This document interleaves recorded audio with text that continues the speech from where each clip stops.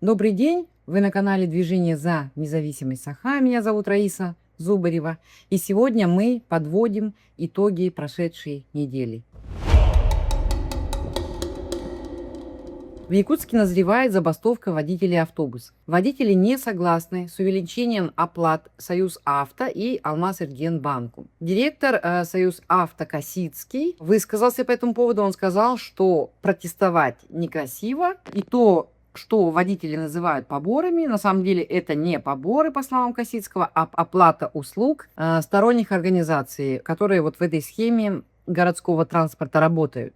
Это техобслуживание, это те предприятия, которые организовывают медосмотр, это те, кто отвечает за умный транспорт и прочее. Вообще, по правде говоря, это не схема, это настоящий схематоз. Город поделили 3 крупных игрока: мэрия, Союз Авто и Алмаз-Эргенбанк.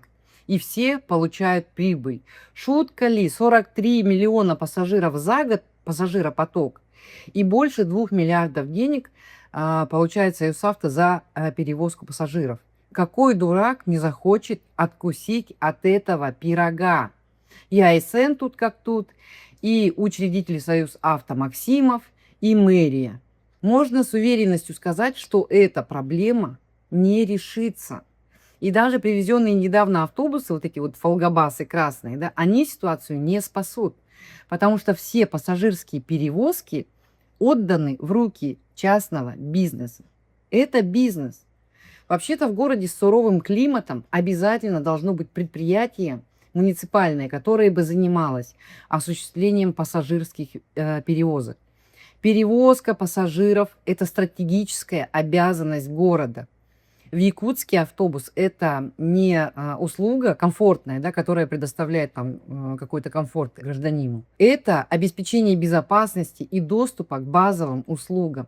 Когда на улице минус 50, а человек стоит на остановке и вовремя автобус не приходит, ему приходится стоять, ждать и мерзнуть, это риск для здоровья и жизни человека. И у меня сейчас вопрос: почему социальную функцию, такую очень важную, выполняет частный бизнес? Вот эти 6 частных компаний, которые контролируют 15 городских маршрутов. И водители, между прочим, здесь страдают так же, как пассажиры. Так вот, почему частники занимаются пассажироперевозками? Им же абсолютно наплевать на горожан. Им невыгодно увеличивать количество автобусов и водителей. Потому что для бизнеса чем меньше машин, тем меньше расходов и, соответственно, больше прибыль. Вот этот вопрос, почему социальную функцию выполняет бизнес, он, конечно же, риторический. Но я думаю, что все горожане должны понимать, так будет продолжаться, пока горожане будут молчать. Еще одна новость, и снова про рост цен. В этот раз в Якутске подорожал хлеб. Как обычно, наши чиновники все объясняют объективной, в кавычках, реальностью, то есть дорогой логистикой. Ну, подорожало топливо, электроэнергия, значит, подорожало все остальное. Сразу хочу сказать, что война, которую Россия ведет против Украины, здесь по большому счету ни при чем. Ну, мы привыкли, да, все списывать на войну.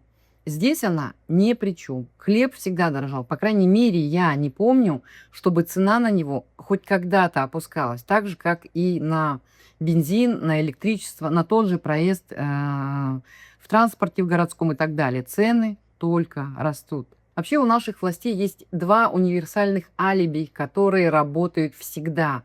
Это климат и логистика. Как только они произносят эти 2 магических слова, все, можно считать, что разговор закрыт. Это значит, что цена ни за что не упадет, никогда не упадет.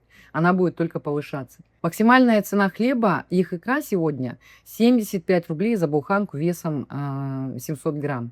То есть больше 100 рублей за килограмм. И власть считает, что это недорого. Население, по мнению чиновников, наедается патриотизмом из телевизора каждый день. Самое противное во всем этом то, что хлеб перестал быть социальным продуктом. Теперь это бизнес-товар. И производитель вправе сам устанавливать на него цены. Иначе был бы жесткий контроль и за качеством. В телеграм-каналах комментаторы пишут, что в последнее время хлеб стал, якутского хлебокомбината, стал отвратительного качества. И за весом они бы устанавливали контроль государства, да, и за ценой. А так они отдали все на откуп руководству якутского хлебокомбината. И никого не интересует ни инвалиды, ни пенсионеры, ни многодетные семьи, которые этим хлебом в основном хлебом-то и питаются. Почему власть ничего осознанно не делает с ценой на хлеб? Потому что хлеб пока что вне политики. Так же, как и вот в предыдущей новости про городские перевозки пассажирские.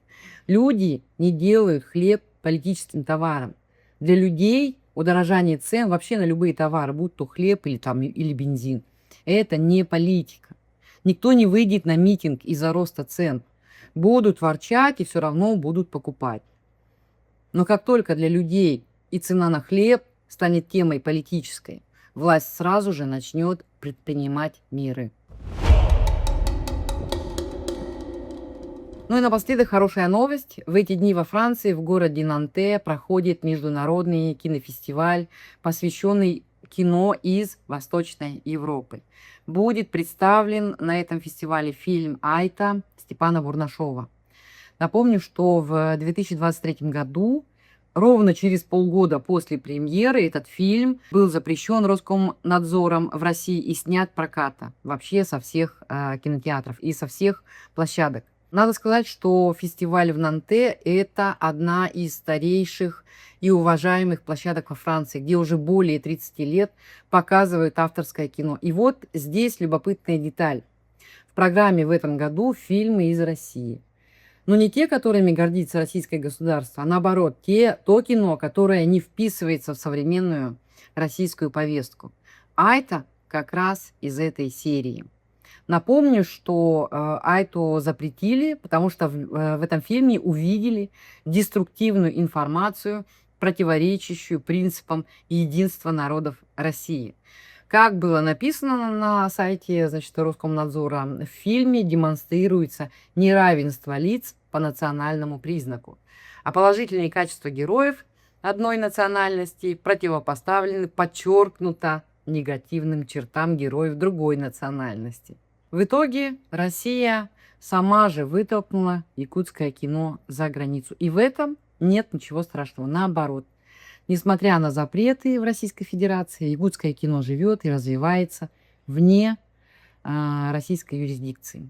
Так что наши поздравления Степану Бурнашову. На этом все. Ставьте лайки, комментируйте. Обязательно подписывайтесь на наш канал. Это очень поможет в продвижении канала на YouTube и в работе нашего движения. Всем огромное спасибо. До свидания.